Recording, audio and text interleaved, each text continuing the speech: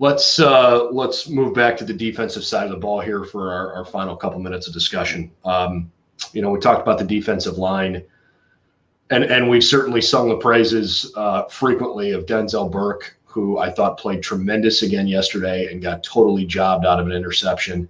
That was the most head-scratching overturned call on replay I've seen in a while, and I've seen a few. Cam Brown, who is clearly not 100%, played a whale of a game. Ronnie Hickman was very good yesterday. I thought Bryson Shaw actually played a little bit better yesterday than we saw the last couple of weeks, so I was encouraged by the improvement there. But, man, I'm a little stuck on the linebackers right now. Cody Simon looks like he should be on the field pretty regularly. Palaie Neote, I'll get that perfectly one time here. He made one really, really meaningful tackle in the first quarter.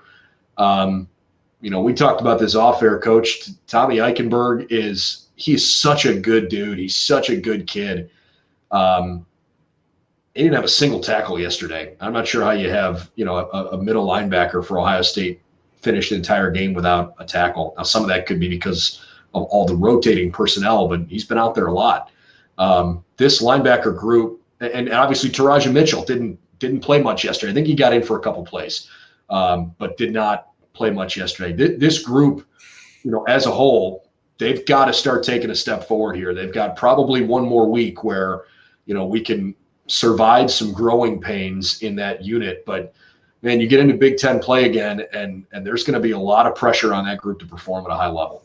There is. Teams are going to pound them. They're going to run the football at this group, and they don't have that elite defensive line in front of them. And until they have that elite defensive line in front of them, they're not going to be able to go run and play. And I think one of the things that you look at as a Buckeye fan is look at, the linebacker core that the Buckeyes had last year. Lost a lot. Out of that core. And one of the things that I think people look at, there was four and 5-star guys behind him. Those guys didn't play. It wasn't they didn't play because there were blowout opportunities. It was just the Buckeye staff knew what they had behind him. They knew what they had in a tough Borland, and then the guys that were in that system, they needed those guys on the field. Without those guys on the field, these guys that are playing for Ohio State right now don't have a ton of worry about that as we go through it, Tim. I love that.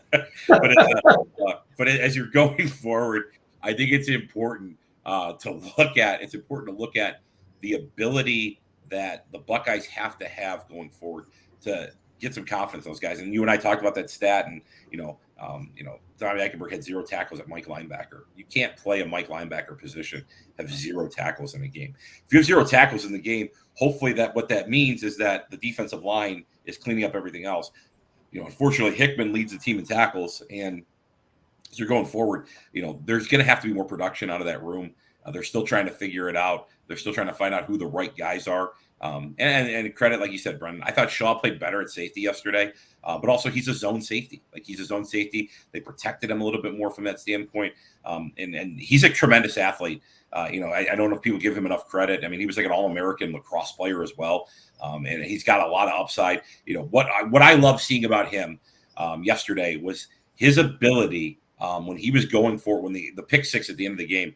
He led the way the entire way, and I thought was really something encouraging to see. It was good to see energy out of the defense in that perspective, and I think going forward, it's going to get better, and fans could go, well, it can't get much worse with what we've seen the last really 4 games now with this Buckeye defense. But like you said, Brendan, the linebacker group has got to play better, has got to make plays, and yesterday, Matt Barnes trying to get them going, trying to have the ability, like blitzing these guys and trying to get home on them.